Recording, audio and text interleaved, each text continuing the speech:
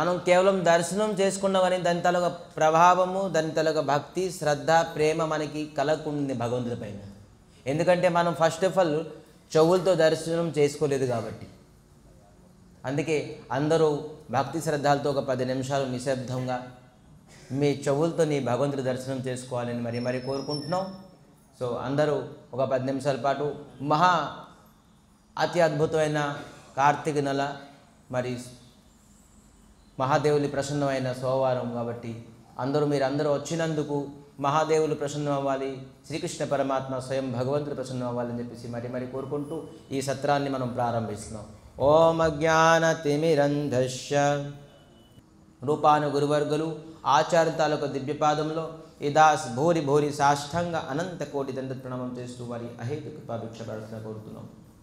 భగవత్ కథా పిపాసు తదియ గురు భ్రాతలందరికీ, మాతృమండలికి నా యథాయాజ్ఞం ప్రణామం చేస్తూ వారి అహేతుక కృపాభిక్ష ప్రార్థన కోరుతున్నాం. అఖిల గుణగణనిధి కరుణాసాగర భక్తవత్సల కల్పతరు దయాసాగర శ్రీ హరితాలక మహతి కృప ఈరోజు పుణ్యమైన నెల, పుణ్యమైన తిథి, త్రిసంధ్యా సమయంలోని భగవత్ సన్నిధిలో మనందరికీ మానవ జన్మలోని సర్వోత్కృష్టమైన సర్వమంగళప్రదమైన భగవత్ దర్శనం చెవుల మాధ్యంగా, కర్ణ మాధ్యంగా మనకి అవుతుంది. కాబట్టి అందరూ దయచేసి మనసుతో 2 చెవులతో వినాలని మరి కోరుకుంటూ ఈ సత్రాన్ని నేను ప్రారంభిస్తున్నాను. ఈరోజు ఇక్కడ కార్తీక నెలలో 3వ సోమవారం.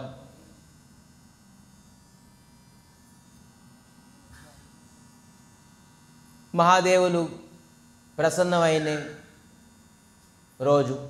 అందుకని ఈరోజు మన ద్వాదశ జ్యోతిర్లింగంలో 2వ జ్యోతిర్లింగం.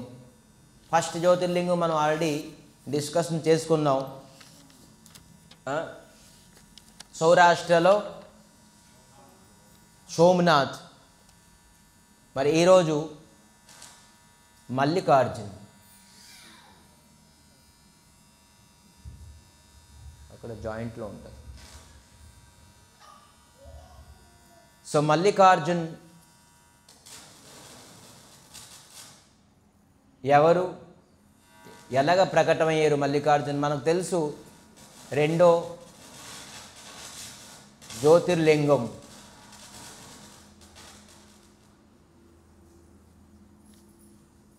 ఈ జ్యోతిర్లింగం ఎలాగ ప్రకటమయ్యారు, అసలు దేనికి ప్రకటమయ్యారు అనేది మనం ఈరోజు తెలుసుకుందాం. చాలా అద్భుతమైన కథ. ఈ కథ కేవలం మహాదేవులదే కాదు, మహాదేవులది, పార్వతీదేవిది, మరి వినాయకుడిది, మరి కార్తికేయుడిది. మొత్తం ఫ్యామిలీ తాలూకా స్టోరీ ఇది. నలుగురు కలిసి ఫ్యామిలీగా వీళ్ళు ఎందుకు అక్కడ ప్రకటమయ్యారు, ఏంటి దీని హిస్టరీ అనేది చాలా అద్భుతమైన కథ. సో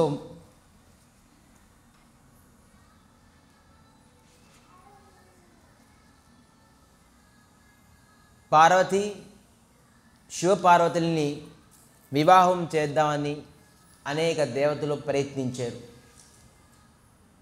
మహాదేవులతో తపస్య, కేవలం ధ్యానంలోని మహావిష్ణు తాలూకా ధ్యానం, రాముడు తాలూకా ధ్యానంలోనే ఉంటారు నిత్యం. అతనికి ముందు వివాహం సతీతో అయి ఉండేది. ఎవరికి? మహాదేవులకి. మహాదేవులకి మొట్టమొదటిగా వివాహం సతీతో అయి ఉన్నది. కానీ సతీ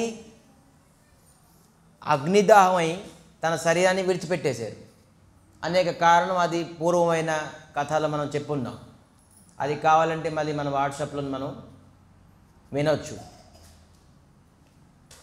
అయితే సతీ శరీరం విడిచిపెట్టిన తర్వాత ఇంకొక శరీరం పొందారు, అది పార్వతి. సో ఇప్పుడు పార్వతికి మహాదేవులకి ఏ విధానంగా వివాహం చేయాలి?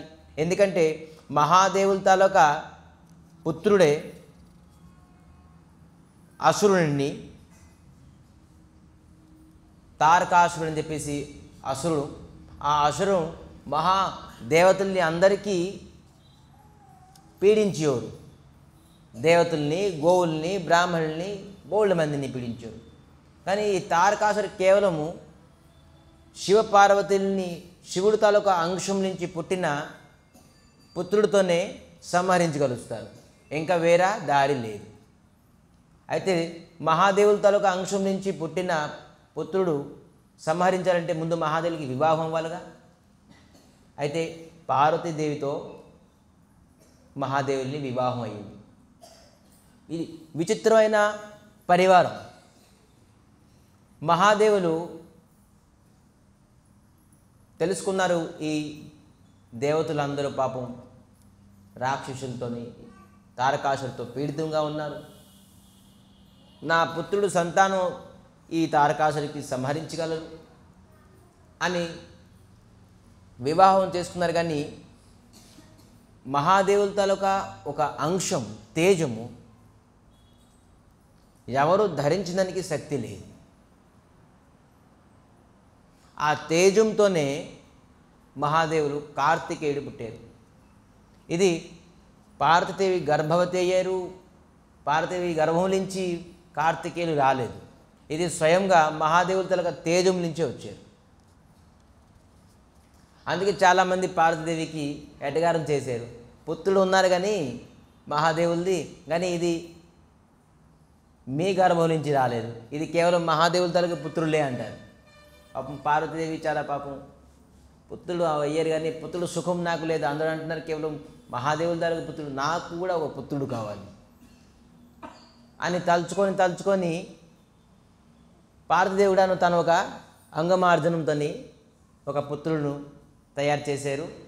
అది అందరికీ తెలుసు. ఎవరు? విఘ్నేశ్వరుడు, వినాయకుడు, గణేష్. ఇతనికి మహాదేవుడికి ఏ సంబంధం లేదు. మళ్ళీ విచిత్రమైన ఫ్యామిలీ చూడండి. వీళ్ళు డిఎన్ఏ చెక్ చేస్తే ఎవరికి సంబంధం ఉండదు. వినాయకుడి తాలూకా పార్వతీదేవులకు పుత్రుడు వినాయకుడు, మహాదేవుల దగ్గర పుత్రుడు కుమారస్వామి. ఇద్దరు కలహాయికతోని పుత్రులు అవలే. వీళ్ళ తాలూకా తేజం అయినాతోని పుత్రులు అయి ఉన్నారు. కానీ నలుగురు కలిసి పూజించబడతారు. ఎక్కడైనా కూడా చూడండి, ఏ శివాలయంలో నలుగురు కలిసి ఫోటో ఉంటుంది. నలుగురు ఎందుకు పూజించబడతారు? అదే మనకు రహస్యం, తెలుసుకుందాం. అయితే ఈ విధానంగా పుత్రులు అయ్యారు. పరివారం చక్కగా సుఖంగా ఉన్నది. అందరూ భగవంతు తలక నామస్మరణం, రామనామ స్మరణం చేస్తున్నారు. అందరూ పెద్ద అయ్యారు. వివాహానికి సమయం వచ్చింది. ఎవరికి? ఇద్దరు పుత్రులకి కూడాను. మహాదేవులు ముందు టాపిక్ ఎత్తారు, పిల్లలు పెద్ద వయసు అయితే ఖచ్చితంగా వివాహం చేయాలిగా. మహాదేవులు చెప్పారు వివాహం చేయాలి. ఎందుకంటే మొట్టమొదటిగా పెద్ద కొడుకు ఎవరు? కుమారస్వామి. పార్వతీదేవి మా పుత్రులకు మరి వినాయకుడు వినేశారు ముందు, నేను కూడా వివాహం చేసుకుంటాను. కుమారస్వామి అంటారు నేను పెద్ద కదా, ఫస్ట్ నేను వివాహం చేసుకోవాలి. విధానంగా వివాహం అంటే పెద్ద కలహం. వివాహం టాపిక్కే పెద్ద కలహమైన టాపిక్. ఇప్పుడు నేను అయ్యారు, చక్కగా ఉండేది పరివారం. ఎప్పుడైతే వివాహం అని వచ్చిందో అప్పుడు నేను చేసుకుంటాను, నేను ముందు చేసుకుంటాను అని చెప్పారు. ఎలాగ సమాధానం చేస్తారు? ఎవరికి ఎవరు పెద్ద? అయితే ఇద్దరు వివాహం చేసుకుంటారు. అయితే మొట్టమొదటి ఎవరు వివాహం చేసుకుంటారంటే మహాదేవులు చెప్పారు, ఈ ప్రపంచాన్ని అనేక తీర్థయాత్రలు భ్రమణం చేసి ఎవరైతే మొట్టమొదటిగా వస్తారో వారికి మొట్టమొదటిగా వివాహం చేస్తామని తీర్మానం చేశారు. కార్తికేయుడికి ఇది పెద్ద ఆశ్చర్యమైన వస్తువు కాదు. ఎందుకంటే అతనికి వాహనం ఎవరు? మయూరు. నెమలి. తను వెళ్ళి వచ్చేస్తారు, పెద్ద కష్టం లేదు. కానీ టాపిక్ అనేది ఇప్పుడు వినాయకుడికి. ఫస్ట్ ఆఫ్ ఆల్ తన తాలూకా వాహనం ఎవరు? మూషిక వాహనం. మరి ఇతను ఎలా ఉంటారు? వైట్ ఆపోజిట్గా ఉంటారు. కుమారస్వామి స్లిమ్గా ఉంటారు. మరి నెమలి కూడాను స్లిమ్గా ఉండి చక్కగా వెళ్ళిపోతుంది. కానీ రెండు ఆపోజిట్. చిన్న వాహనం, మనిషి పెద్ద. కొన్ని అట్లీస్ట్ ఇతను తిరిగి వస్తే స్లిమ్గా అవుతారు, అప్పుడు వివాహం చేద్దాం అనుకున్నారు మహాదేవుడు. నీకు ఎవరు అప్పుడు పిల్ల ఇస్తారు చెప్పండి? ఇంత పెద్ద బొజ్జ పెట్టుకున్నావు, పొట్ట పెట్టుకున్నావు, నీకు ఎవరు పిల్లలు ఎవరు? వివాహం చేయడానికి ఇష్టపడుతున్నా కూడా నీకు ఎవరు వివాహం చేయరు, చేసుకోరు. అందుకే నువ్వు ప్రపంచం భ్రమణం చేసుకుని వచ్చిన తర్వాత నువ్వు చక్కగా స్లిమ్గా అవుతావు. చాలామంది చూసారా వాకింగ్కి వెళ్తుంటారు మార్నింగ్. వివాహం ముందు అన్ని ఫిట్నెస్ అన్నీ వచ్చేస్తాయి. తర్వాత ఇంకా మరి ఫ్యామిలీ ప్యాక్ అయిపోతుంది మొత్తం. ఇంక ఇంకేం పట్టించుకుంటారు? బాడీకి ఎంత పట్టించుకోవాలని చెప్పండి? శరీరానికి పట్టించుకునే ఒక లిమిట్ ఉంటుంది. మీరు ఎంత పట్టించుకున్నా కూడా మనం 80 years కంటే బతికేస్తామా? శ్రీను గారు 90 years, 100 years లేదు. మనకంటూ ఒక ఆయువు ఉన్నది. ఆ ఆయువు వరకే మనం బతకగలం, ఎంత ఫిట్నెస్ ఉన్నా కూడా. నేను ఎప్పుడైతే MBA చదువుతుండేనో మాకు ప్రొఫెసర్ ఉండేవారు, ప్రొఫెసర్ నవీన్. అతనికి విశాఖపట్నంలో 6 gyms ఉన్నాయి. అతను బేసికలీ ఫ్రమ్ పూణే. 6 gyms విశాఖపట్నంలో ఉన్నది నవీన్. అతని బాడీ ఐడియల్గా ఉన్నది ఆ జిమ్లో. అంటే ఐకాన్. అతని బాడీ ఐకాన్గా ఉన్నది. అటువంటి ప్రొఫెషన్. అతనికి బహుశా 35 to 40 years ఉంటుంది. చాలా యూత్, బోల్డ్ మంది యూత్ ఇంప్రెస్ అయ్యి ఉంది విశాఖపట్నం నుండి. మేము టూర్కి వచ్చాం, పూణే నుంచి టూర్కి వచ్చాం. వాళ్ళ జిమ్స్ అన్నీ చూసాం. సడన్గా అతను మార్నింగ్ వార్త వచ్చింది, తను చనిపోయారు. కొన్ని డిజీజ్ కాదు, ఇంకేం కాదు, చనిపోయారు. దేనికి తెలియదు. హార్ట్ అటాక్ అయిందో, మరి హార్ట్ చోక్ అయిందో, ఏమైంది చూడండి. 40 years 6 gyms ఉన్నది. ఎవరిదైతే బాడీ ఐకాన్గా పెట్టుకున్నారో అతని బాడీ చూసి చాలామంది యూత్ ఇంప్రెస్ అయ్యారు. సో గ్యారెంటీ లేదు. శ్వాసం నైవ విశ్వాసం. ఈ శ్వాసం మన శరీరంని ఎన్ని రోజులు ఉంటుంది అనేది ఎప్పుడు విశ్వాసం లేదు మనకి ఎప్పుడు. అయితే శ్వాస ఉన్న వరకు మనం ఏం చేయాలి, మన కర్తవ్యం ఏంటి తెలుసుకొనివాడే మనిషి. ఒక విషయం చెప్పిన, భగవంతుడి గురించి నేను ఎవరిని, భగవంతుడు ఎవరు, భగవంతుడితో మంది సంబంధం ఏంటి, భగవంతుడు శ్రీ విష్ణు ఎవరు, మహాదేవులు ఎవరు, ఎప్పుడైతే తెలుసుకోవడానికి బుద్ధి పుట్టలేదో అప్పటి వరకు వాడికి మనిషి అని చెప్పరు అని వేదం చెప్తుంది. వాడు కేవలం మనిషి రూపంగా ఉన్నాడు అంతే. కానీ మనిషి అని ఎవరికి అంటారంటే ఎప్పుడైతే భగవంతుడి గురించి తెలుసుకోవడానికి ప్రారంభిస్తాడో, ప్రయాసం చేస్తాడో, ప్రయత్నిస్తాడో. అసలు భగవంతుడి కాన్సెప్ట్ ఏంటి, నేను ఎవరిని, 100 సంవత్సరాల ముందు నేను ఉండేవాడినా, 100 సంవత్సరాల తర్వాత నేను ఉండనుగా, నేను వెళ్తే ఎక్కడికి వెళ్తాను, ఉండేవాడిని నేను ఎక్కడ ఉండేవాడిని. విచిత్రమైన కథ. ఇవన్నీ తెలుసుకోవడానికి మనకు బుద్ధి పుట్టదు. అప్పటి వరకు మనం మనిషి స్వరూపంగా మనం మనిషి కాము.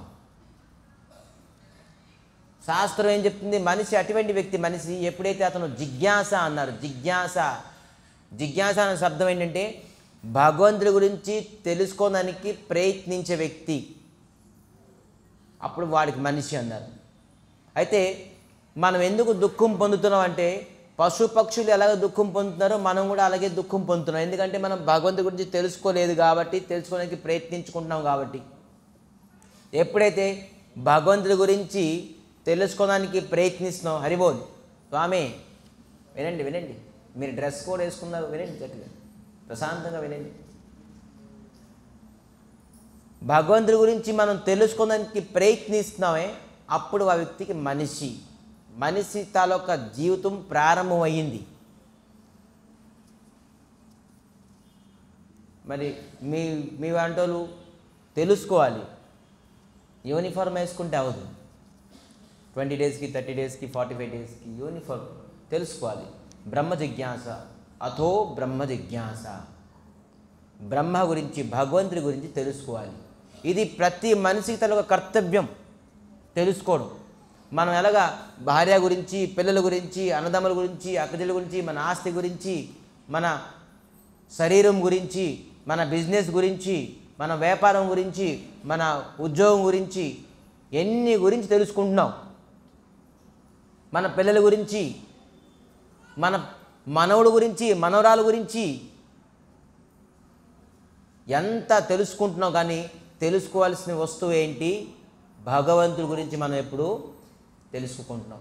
అందుకే మనం పశువులాగా దుఃఖం పొందుతున్నాం. ఎప్పుడైతే భగవంతుడి గురించి తెలుసుకుందాం అని ప్రారంభిస్తామో అప్పుడు మన జీవితంలోని మనిషి అని వస్తుంది. రెండోది ఏంటి? అప్పుడు మనకి సుఖం ప్రారంభమవుతుంది జీవితంలో. వాస్తవంగా మీ అందరికీ సుఖం కావాలంటే భగవంతుడి గురించి తెలుసుకోవడానికి ప్రయత్నించండి. ఖచ్చితంగా ఆటోమేటిక్గా మీ జీవితంలో సుఖం వచ్చేస్తుంది. సో అందుకే భగవంతుడి గురించి తెలుసుకోవడానికి ఇదొక ప్రక్రియ. ఈ విధానంగా ఎవరు వివాహం చేసుకుంటారో ముందు అని చెప్పడంతో మహాదేవులు చెప్పారు, ఎవరైతే ఈ చరాచర జగతానికి, ఈ ప్రపంచానికి పరిక్రమ చేసుకుంటూ ఎవరైతే మొట్టమొదటిగా వస్తారో వాళ్ళకి మొట్టమొదటిగా వివాహం మేము చేస్తాం అని చెప్పి. కార్తికేయ కేవలం వినడం మాత్రమే ఇంజిన్ స్టార్ట్ చేస్తే ఫస్ట్ గేర్ నుంచి కాదు, ఇంకా 5th గేర్ పెట్టుకున్నారు. ఇంకా మామూలు కాదు, 5th గేర్లో స్టార్ట్ చేశారు. కార్తికేయ వెళ్ళిపోయారు. వినాయకుడు కేవలం కూర్చున్నారు ఇక్కడ, ఆలోచిస్తున్నారు. మహాదేవులు పాడుదంటే నువ్వు ఎందుకు వెళ్ళుకుంటున్నారు అంటే, ప్రపంచం అంతా తిరగరానని కూడా నువ్వు అంత క్వాలిటీ, అంత క్వాలిఫికేషన్, అంత ఎనర్జీ వినాయకుడికి స్పర్శ లేదేమో అంటే తన ముందే ఓటడం, ఓడిపోవడం అగ్రీ అయిపోయారు అని అనుకున్నారు. కాదు, ఎవరికి ఏదైతే తెలియదో మౌనంగా ఉన్నారో, సమాధానం ఇవ్వకుంటున్నారో అంటే దాని అర్థం కాదు బుద్ధి లేదు అని, అతనికి బలం లేదని, అతని ప్రకారంగా కార్యం చేయకుంటున్నారని చెప్పేసి. మౌనంగా ఉండేవాడే, మరి గంభీరంగా ఉండేవాడే ఖచ్చితంగా వాళ్ళలోని అనేక బుద్ధి ఉంటుంది. ఊరికినే బడాయి చెప్పుకుంటాడు, కేవలం ఊరికినే మాట్లాడుకుంటాడు, వాళ్ళలో ఏమీ ఉండదు, డబ్బా కొట్టుకుంటాడు అంతే. అందుకే మౌనంగా ఉండాలి. మౌనంతోనే అనేక బుద్ధి మనకు వస్తుంది తెలుసా. ఊరికినే మనం ఫ్రెండ్స్తోని వీటితో మన సమయం కేవలం ఊరికినే న్యూస్ ఏమి మాట్లాడలేకపోతే కేవలం ఎవరింట్లో ఏం జరిగింది మాట్లాడుకుంటాం. మీ ఇంట్లో ఏం జరిగిందిరా, మా ఇంట్లో ఏం జరిగింది, మా అత్తలో చెప్పింది, మా కోడలు చెప్పారు, మా అన్నయ్యలు చెప్పారు. ఇది అనావశ్యక చర్చ అవసరం లేదు. అనావశ్యక న్యూస్ యూట్యూబ్ చూస్తే ఒక వ్యక్తి యూట్యూబ్ చూస్తూ 3 hours అయిపోతుంది. పొద్దున్న పాపం 6-6:30కి లెగుస్తారు, కానీ 9:30 అయిపోతుంది, కానీ అతనికి టైం తెలియదు, కేవలం చూస్తూనే ఉంటారు. 3 hours వేస్ట్ చేశారు. కానీ ఒక 10 minutes భగవంతుడి గురించి స్పెండ్ చేయడం అంటే టైం చూస్తుంది, టైం అయిపోయింది, అక్కడ దూరంకి వెళ్ళాలండి, స్వామి విడిచిపెట్టండి స్వామి అని. భగవంతుడి రానని కష్టం. ఏ దేవాలయం మీకు ఇలా కూర్చోబెట్టి భగవంతుడిని తెలుసుకోమని చెప్పి చెప్తారు. షఠారి వేయడం, తీర్థం వేయడం, మీకు దర్శనం చేసుకుని మీ గోత్రనామం వచ్చేసి పంపించేస్తారు. కానీ ఇటువంటి దేవాలయం ఇది కాదు.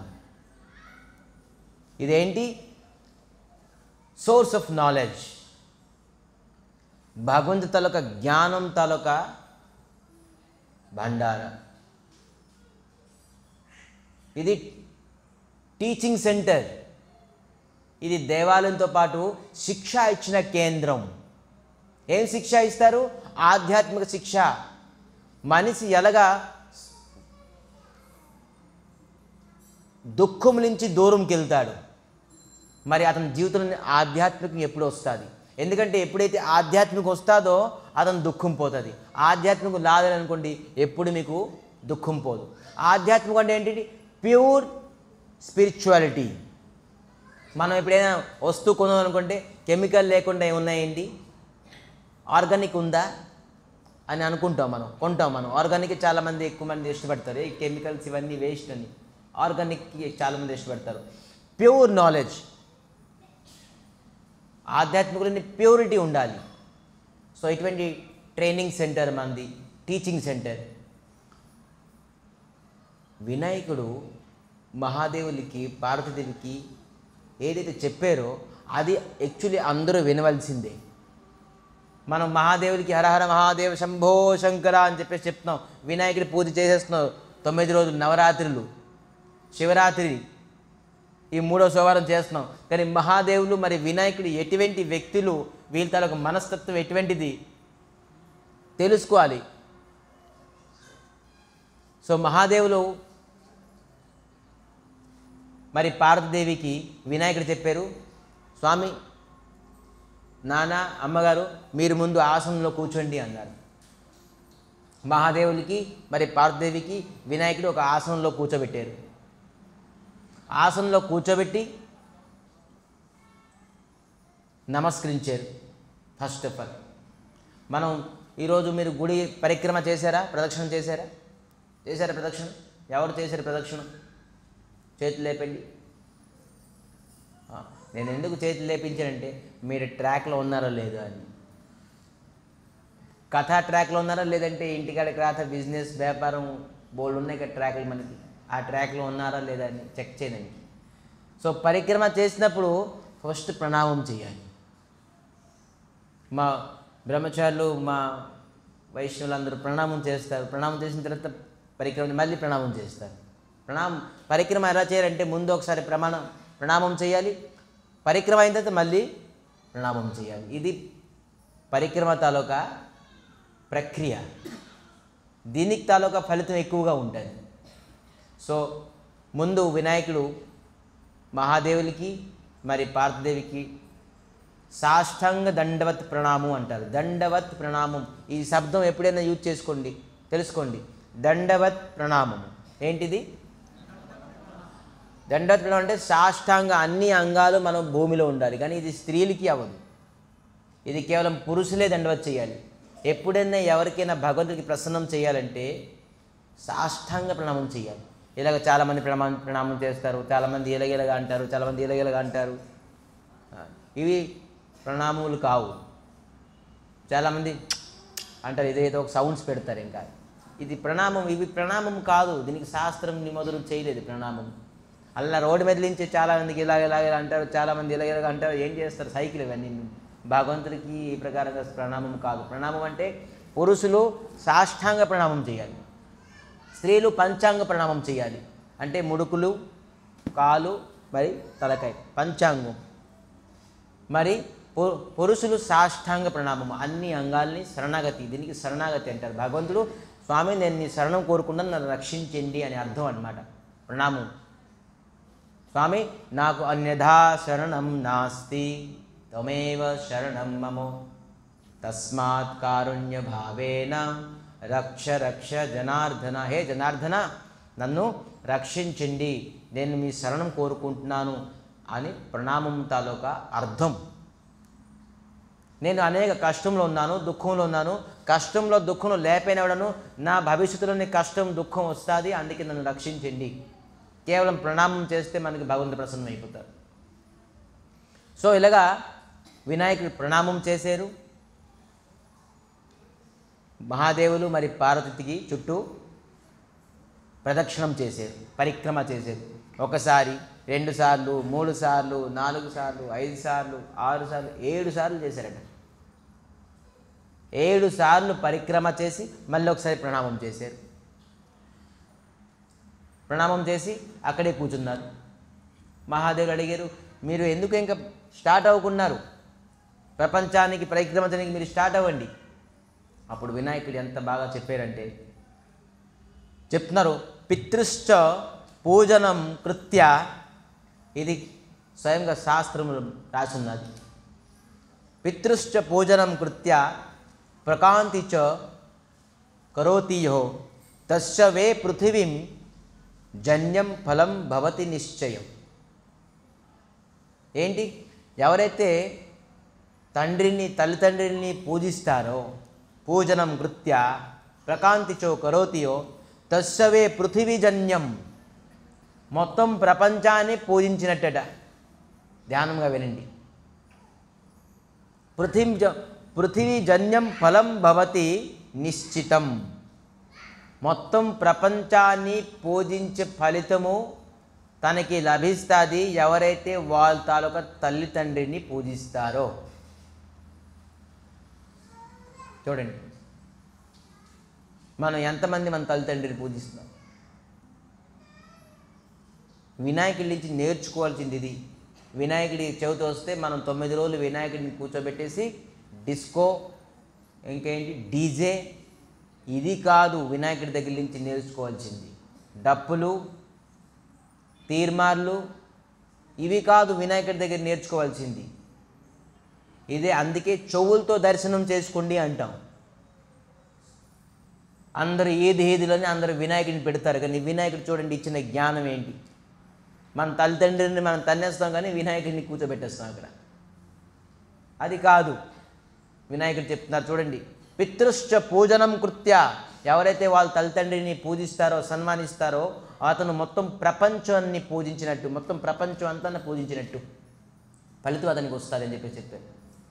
ఒకటి, దీన్ని నెక్స్ట్ కూడా మళ్ళీ చాలా అద్భుతం చెప్తున్నారు. ఒకటి ఏంటంటే ధ్యానంగా బ్రహ్మచారి కూడా వినండి, భక్తులు కూడా వినండి. శరీరం తాలూకా తల్లిదండ్రులు ఎవరు మనకు తెలుసు.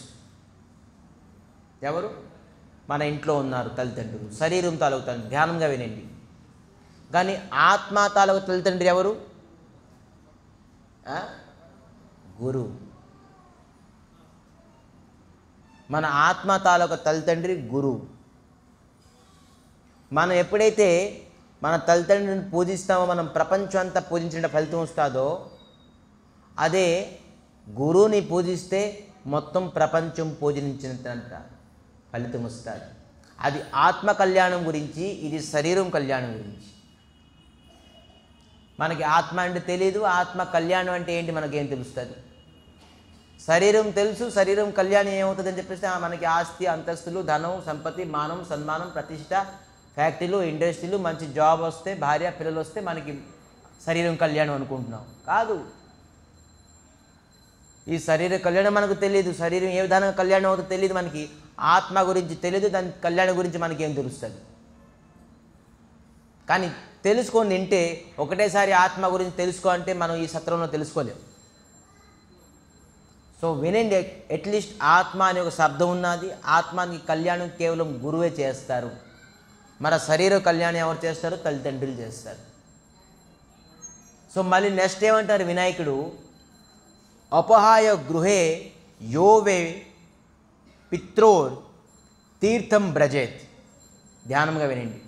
చాలామంది తల్లిదండ్రుల్ని ఇంట్లో పెట్టేసి, అపహాయ గృహే, గృహ అంటే ఇంట్లో పెట్టేసి, యోవే పిత్రోర్ తీర్థం బ్రజేత్, తల్లిదండ్రుని ఇంట్లో పెట్టేసి వాళ్ళు ఎవరైతే కొడుకులు కూతురులు తీర్థానికి వెళ్తారు. తీర్థం అంటే గంగా, యమున, కాశీ, అయోధ్య వెళ్తారుగా తీర్థయాత్రలకి, చార్ధామ్. తల్లిదండ్రులను తీసుకెళ్ళరు. ఎవరు తీసుకెళ్తారో ముసలోళ్ళు అయిపోయారు, లేకపోతే వీళ్ళు చిరాకు చేస్తారు, వీళ్ళు ఖర్చు ఇప్పుడు వేస్ట్, మనం వెళ్ళి వచ్చేద్దాం అని అంటారు. తల్లిదండ్రులు తీసుకెళ్ళకుండాను కేవలము వీళ్ళు వెళ్తారో అప్పుడు ఏమన్నారు? తస్య పాపం తథో ప్రోక్తం హననే చ తయో యర్థ. చెప్తున్నారేంటి? ఇటువంటి పాపం కలుగుతుంది. వాళ్ళ తల్లిదండ్రిని స్వయంగా వాళ్ళ చేతితో హత్య చేసినంత పాపం అట. ఎవరైతే తల్లిదండ్రిని ఇంట్లో ఉంచేసి మీరు తీర్థయాత్రలకు వెళ్తారో, ముందు మీరు తీర్థయాత్రలకు వెళ్ళి ఏ పుణ్యం సంపాదిస్తారనేది తర్వాత విషయం. తల్లిదండ్రి చంపే అంత పాపము మీకు కలుగుతుంది ఎవరైతే తల్లిదండ్రిని విడిచిపెట్టేసి తీర్థయాత్రలకు వెళ్తారో. చూడండి, ఇది ఎవరు చెప్తున్నారు? వినాయకుడు. బుద్ధిసత్తమ, బుద్ధిమంతుడు వినాయకుడు చెప్తున్నారు. అదే విధానంగాను గురువుని విడిచిపెట్టేసి ఏ మాయాపూర్, ఏ తీర్థానికి వెళ్తారని చెప్పేసి గురువుని హత్య చేసినంత దోషం అది. గురువుని చెప్పకుండా, గురువుని విడిచిపెట్టేసి, గురువుని తెలుసుకోకుండాను తీర్థయాత్రలకి, లేకపోతే మాయాపూర్కి, బృందావనంకి, లేదంటే ఇంకో నేర్చుకుంటాం, విద్య ఇది నేర్చుకుంటాం అంటే గురువుని హత్య చేసినంత పాపము శాస్త్రం వినాయకుడు చెప్తున్నారు తెలుసా. ఇది గురు వైష్ణవుల దగ్గర ఉండి నేర్చుకోవాల్సింది. ఏదో ఎవరో చెప్పుడు మాటలు చెప్పేశారు, మీరు వెళ్ళిపోండి అయ్యా, తల్లిదండ్రిని విడిచిపెట్టేసింది, గురువుని విడిచిపెట్టండి. ఆత్మ కళ్యాణం ఎప్పుడవుతుంది? గురువు ఉంటేగా ఆత్మ కళ్యాణం. గురువుని విడిచిపెట్టేసి ఆత్మ కళ్యాణం ఏంటి? మన ఆత్మ కళ్యాణం గురించి మనం వచ్చాం. సో అందుకే మనకి మన జీవితంలోని గురువు అంత ప్రాధాన్యం ఆత్మ కళ్యాణం గురించి, మరి శరీరము కళ్యాణం గురించి మన తల్లిదండ్రులను అంత అవసరము. సో అందుకే తల్లిదండ్రుల తాలూకా ఎప్పుడు కూడా విడిచిపెట్టేసి మనం తీర్థయాత్రలకు వెళ్ళకూడదు. మళ్ళీ ఏం చెప్తున్నారు పుత్రశ్చ చా మోహతీర్థ పితృశ్చ చారణం పంకజం. ఎవరైతే వాళ్ళ తాలూకా తల్లిదండ్రుల తాలూకా పాద పూజ చేస్తారో, పాదాన్ని నమస్కరిస్తారో. పూజ అంటే ఏంటి? మనం అంతే పాదాలని పట్టుకొని నమస్కరిస్తాం. ఇవాళ రేపు ఎంతమంది ఈరోజు తల్లిదండ్రిని పాదం పట్టుకుని నమస్కరిస్తున్నారు? చూడండి, చేతులు లేపండి. తక్కువ, అరువు. మన తండ్రి తాలూకా పాదం స్పర్శించి ఎన్ని రోజులయ్యింది? ఎన్ని నెలలయ్యాయి? ఎన్ని సంవత్సరాలు అయ్యాయి? చెప్పండి. ఇది వినాయకుడి దగ్గర నేర్చుకోవాల్సింది. వినాయక పూజ చేస్తే సరిపోదు.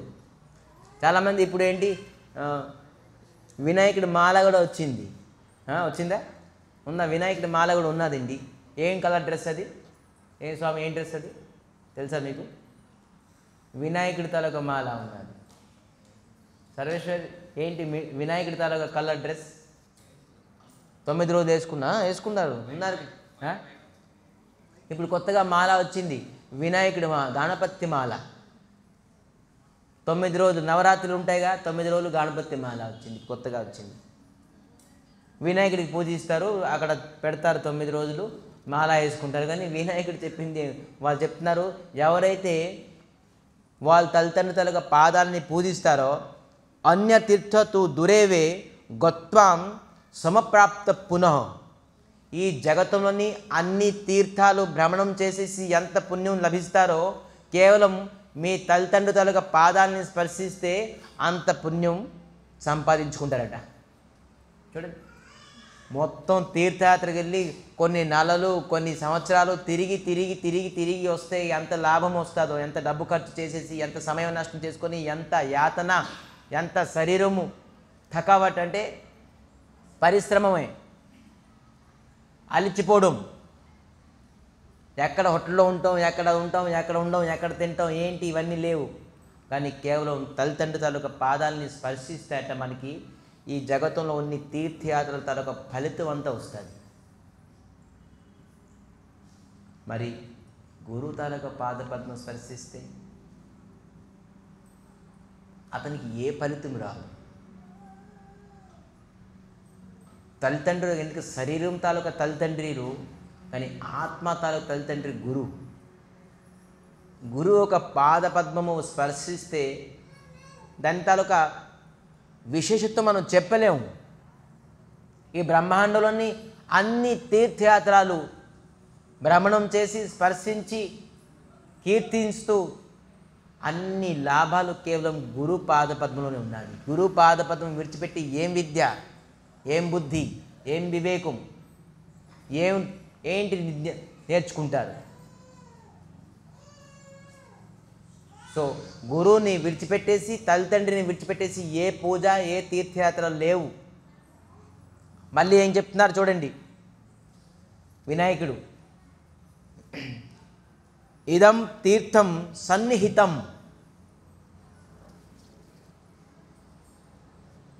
ఒక మంచి పాయింట్ చెప్పారు. తల్లిదండ్రి తాలూకా పాదపద్మాలు సన్నిహితం అంటే ఏంటి తెలుసా? అతి దగ్గరగా ఉంటాయి. మనం ఎక్కడికో ఎన్ని కిలోమీటర్లు వెళ్ళాలి, వేల కిలోమీటర్కి వెళ్ళాలి. కానీ తల్లిదండ్రి తీర్థం మన దగ్గరే ఉంటుంది. ఎప్పుడైనా మనం పట్టుకోవచ్చు. అట్లీస్ట్ మనం ఈ రోజు నుంచైనా ప్రారంభించండి. కార్తీక నెల 3వ సోమవారం తల్లిదండ్రి గారు ఉంటే తల్లిదండ్రికి నమస్కరించండి. ఎందుకంటే అన్ని తీర్థాల తాలూకా ఫలితం మీకు వస్తుంది. అట్లీస్ట్ ఎవరైతే గురువు చేసుకున్నారో వాళ్ళ గురువు తాలూకా పాదపద్మని ప్రణామం చేయండి. రోజు చేస్తాం మనం. పొద్దున్న వచ్చేసి భగవంతుడి దర్శనం కన్నా ఫస్ట్ మేము గురువు దర్శనం చేసుకుంటాం. గురు పాదపద్మాలని స్పర్శిస్తాం, గురు పాదపద్మను నమస్కరిస్తాం. ఇది ఈ గుడి తాలూకా ప్రత్యేకించి. గురువుని దర్శించి గురువుని నమస్కరించి తర్వాత భగవంతుని నమస్కరిస్తాం మేము. ఎందుకంటే మాకు ఆత్మ కళ్యాణం చేసేది గురువే కాబట్టి. ఆత్మ కళ్యాణం అయితే కానీ మనం భగవద్ దర్శనం అవుతుంది, భగవత్ స్పర్శనం అవుతుంది, భగవత్ కథ వినడానికి అవుతుంది. అందుకే గుడికి వచ్చే ముందు మేము గురువుని ప్రణామం చేస్తాం. 4:30కి గుడి ఓపెనింగ్ అవుతుంది. 4:30కి మొట్టమొదటిగా గురువుని ప్రణామం చేసి తర్వాత భగవంతుని ప్రణామం చేస్తాం. అందుకే అట్లీస్ట్ మీరు మీ ఇంట్లో గురువు అంటే గురువుని ప్రణామం చేయండి. తల్లిదండ్రులతో సదాసర్వదగా ఉంటారు. పిల్లలు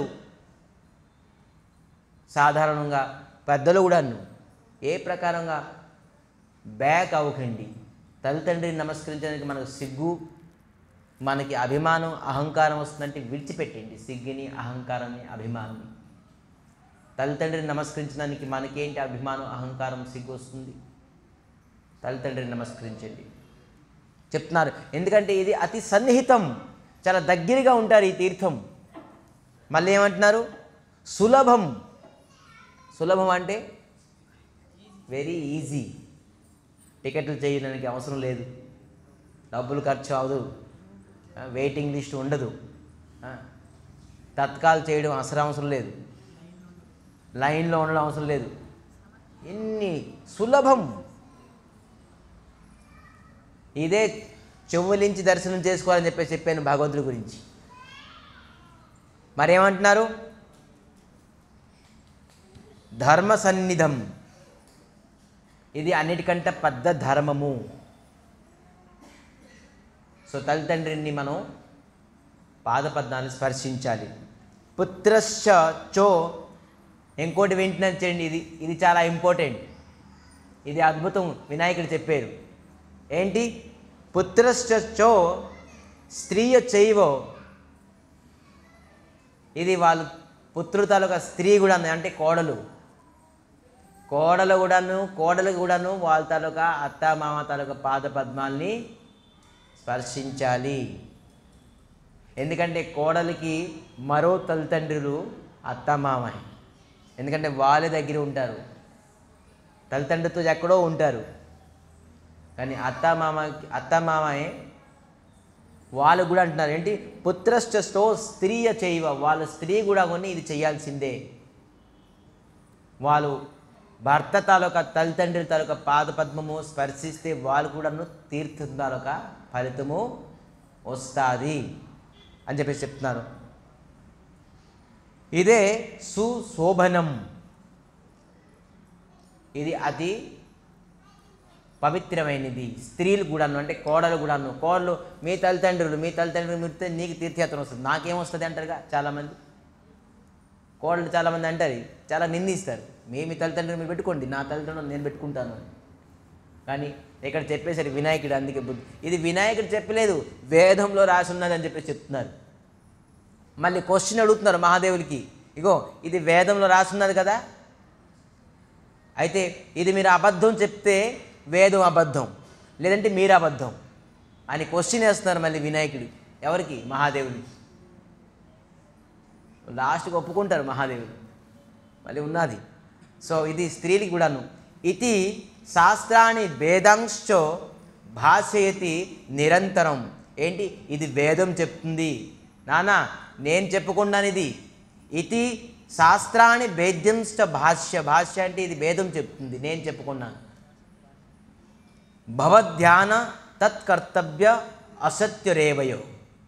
ఒకవేళ వేదం రాస్తుందంటే మీరు యాక్సెప్ట్ చేయాలి. ఒకవేళ మీరు యాక్సెప్ట్ చేయకపోతే వేదం అబద్ధం అని చెప్పండి నాన్న, వేదం అబద్ధమా అని క్వశ్చన్ వేశారు. ఎవరు?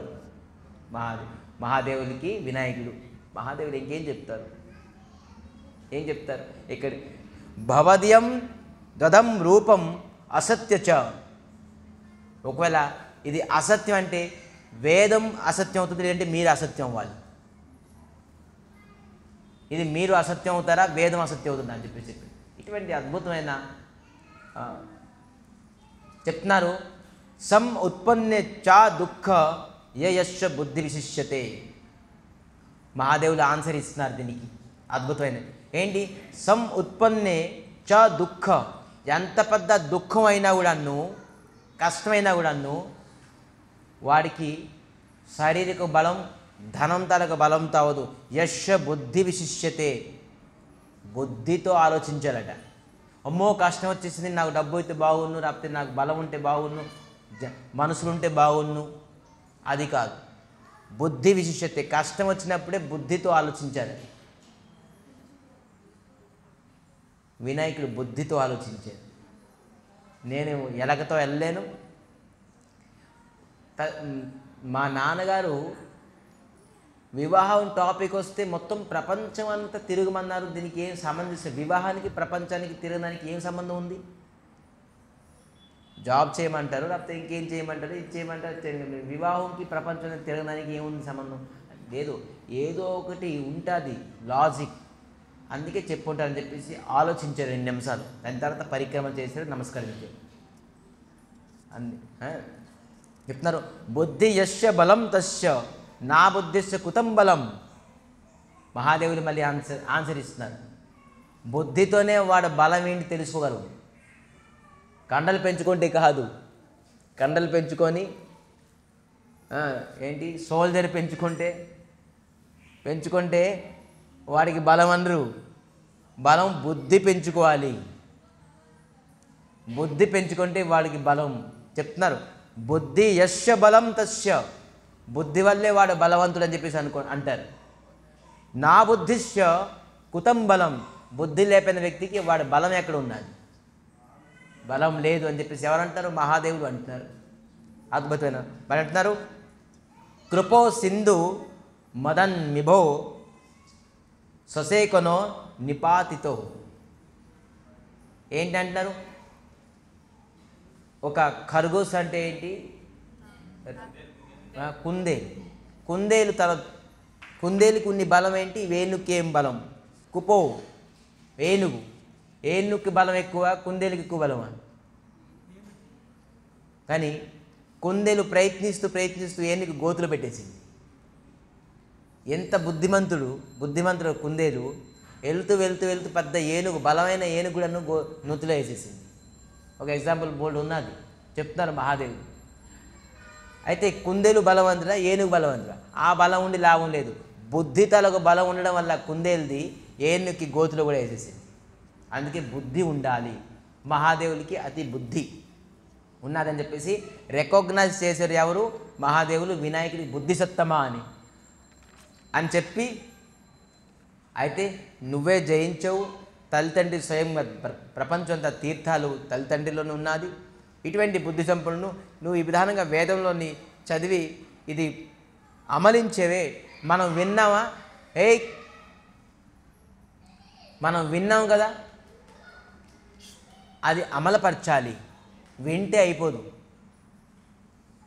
వేదం చదివేరు, మరి వినాయకుడు అమలుపరిచేరు కాబట్టి ఇవాళ బుద్ధిమంతుడు అయ్యారు. సో బుద్ధిమంతుడు అయి మహాదేవులు చెప్తున్నారు, అద్భుతం, నువ్వే విజయం అయ్యావు అని చెప్పేసి. విశ్వకర్మ తాలూకా పుత్రులు బుద్ధి సిద్ధి. చాలామంది బుద్ధి రిద్ధి అంటారు, రిద్ధి సిద్ధి అంటారు. బోల్మనికి బుద్ధి సిద్ధిగా 2 కన్యాంతో వినాయకుడికి ఇచ్చి వివాహం చేసేది. వివాహం చేసి వినాయకుడికి 2 పుత్రులు కూడా అయ్యారు. ఏంటి? శుభ లాభం. వీళ్ళు శుభ లాభం అని చెప్పేసి 2 పుత్రులు వినాయకుడిది. పాపం అలిచిపోయి అనుకొని ఎవరు వచ్చారు? కుమారస్వామి వచ్చారు. అక్కడ వినాయకుడు సిద్ధి బుద్ధితో 2 భార్యతో 2 పిల్లలతో కూర్చున్నారు. అరే మీ పెదనాన్న వచ్చారు, వెళ్ళి నమస్కరించు. మరి కుమారస్వామి పెదనాన్న అవుతారుగా, వెళ్ళు మీ పెదనాన్న తనకు ఆశీర్వాదం తీసుకోవెళ్ళు అని చెప్పేసి చెప్తున్నారు. కుమారస్వామి చూస్తున్నారు, ఎవరు మా ఫ్యామిలీ పెద్ద పిల్లలు ఎవరు వచ్చారు? అప్పుడు నాదులు వస్తున్నారు, బాబు మీ తమ్ముడు కొడుకులు ఇలా. తమ్ముడు కొడుకు ఏమంటారు? కొడుకులే అవుతారు. భతీజా అంటారు హిందీలోని, భతీజా, కానీ ఇక్కడ కొడుకులే అంటారు. సో కొడుకులు, ఇంకో మీ తమ్ముడు తల కొడుకులు కుమారస్వామి చాలా కోపం అయిపోయారు. అరే నేను ముందొచ్చాను, అతను తిరిగారో లేదు తెలియదు, నాకంటే ఫాస్ట్గా తిరిగి ఉండదు, నాకు విశ్వాసం లేదు, ఏదో మై మాటలు చెప్పేసి వినాయకుడికి ముందు వివాహం చేసేసారు, నేను ఇక్కడ ఉండను అని చెప్పేసి ఎక్కడికి వెళ్ళారు? ట్రోంచ్ పర్వతంలోని, కర్ణాటకలోని బళ్ళారి డిస్ట్రిక్ట్లోని క్రోంచ్ అనే ఒక పర్వతం పైన వెళ్ళిపోయారు. నేను ఆ జీవితం బ్రహ్మచారిగా ఉంటాను, నేను వివాహమే చేసుకోను అని. ఎవరు? కుమారస్వామి. అప్పుడు కైలాసలించి దిగి శివపార్వతులు ఈ క్రోంచ్ పర్వతం పైన అతనికి బుద్ధగించడానికి, కోపంగా వెళ్ళిపోతే ఏమంటారు? కొద్దిగా కోపంగా వెళ్ళి వస్తే, కోపంగా అయిపోతే వాళ్ళకి ఏం చేస్తారు? బుద్ధగించడానికి, నచ్చ చెప్పినానికి బుద్ధ చెప్పినానికి కైలాసలించి శివపార్వతులు క్రోంచ్ పర్వతంలో వచ్చారు. అతని పేరేమైంది? మల్లికార్జున. కుమారస్వామి గురించి ఒప్పించడానికి అతను వచ్చారు కాబట్టి మల్లికార్జున అని చెప్పేసి పేరు ప్రఖ్యాతమైంది. ఇతను 12 జ్యోతిర్లింగంలోని ఒక జ్యోతిర్లింగము. ఈరోజు సోమవారం కాబట్టి మల్లికార్జున గురించి విశేషత్వం చెప్పాము. మరి ఈ మల్లికార్జును మరి మహావిష్ణువు తాలూకు సంబంధం ఏంటంటే రేపు చెప్తాను అందరూ. సో మల్లికార్జుని భగవంతుడు మహాదేవులు నిత్యం మహాదేవుల తాలూకా మరియు మహావిష్ణు తాలూకా సంబంధం ఏంటి మొన్న కూడా చెప్పుకున్నాం, రేపు కూడా చెప్తాం ఏంటనేది. సో అందుకే ఈ ప్రకారంగా మల్లికార్జును అక్కడ ప్రకటమయ్యారు. అక్కడ ఈ కుమారస్వామి చెప్పారు, కేవలం నా గురించే మీరు వచ్చారు, లేదు ఈ జగతానికి కళ్యాణం చేయాలి మీరు. కుమారస్వామి తలకు మనోభావం, జగతానికి కళ్యాణం చేయాలి, అందుకే మీరు దర్శనమిచ్చి జగతానికి కళ్యాణం చేయాలని చెప్పి చెప్పడంతో కుమారస్వామి మాట విని ఆ శివపార్వతులు మల్లికార్జున రూపంగా అక్కడ పూజించబడుతూ లోక కళ్యాణం చేస్తూనే ఉన్నారు అతని దర్శనంతో. సో రేపు మనం మహాదేవులు మరి మహావిష్ణు తలకు సంబంధం ఏంటనేది రేపు తెలుసుకుందాం. అందరూ భక్తి శ్రద్ధలతో ఈ కథ విన్నందుకు చాలా చాలా ధన్యవాదాలు. ఎవరికి ఏ ప్రకారంగా అర్థమైందో, ఎవరు ఎంతవరకు చెవులతో దర్శనం చేసుకున్నారో నాకు తెలియదు, కానీ మేము చెప్పి చాలా ఆనందం పొందాం. మా చెవుల్లో మేము దర్శనం చేసుకున్నాం ఎవరు మల్లికార్జునులు, మరి వినాయకుడు ఎవరు అని చెప్పేసి. సో అందరూ 5 నిమిషాలు కూర్చొని భగవంతుడికి నామస్మరణం చేయాలి. భగవంతుడికి అతి ప్రసన్నం భగవంతులకు నామము. భగవంతుడి కొబ్బరికాయలు, అట్టిపళ్ళు, మరి దీపాలు ఇవన్నీ చేసి ఎంత ప్రసన్నం అవుతారో, కూర్చొని 5 నిమిషాలు భక్తి శ్రద్ధలతో నామజపం చేస్తే అంత ప్రసన్నం అవుతారు. మనం చేసిన దానము, ధర్మము, కన్యాదానము, స్వర్ణదానము, భూమి దానము,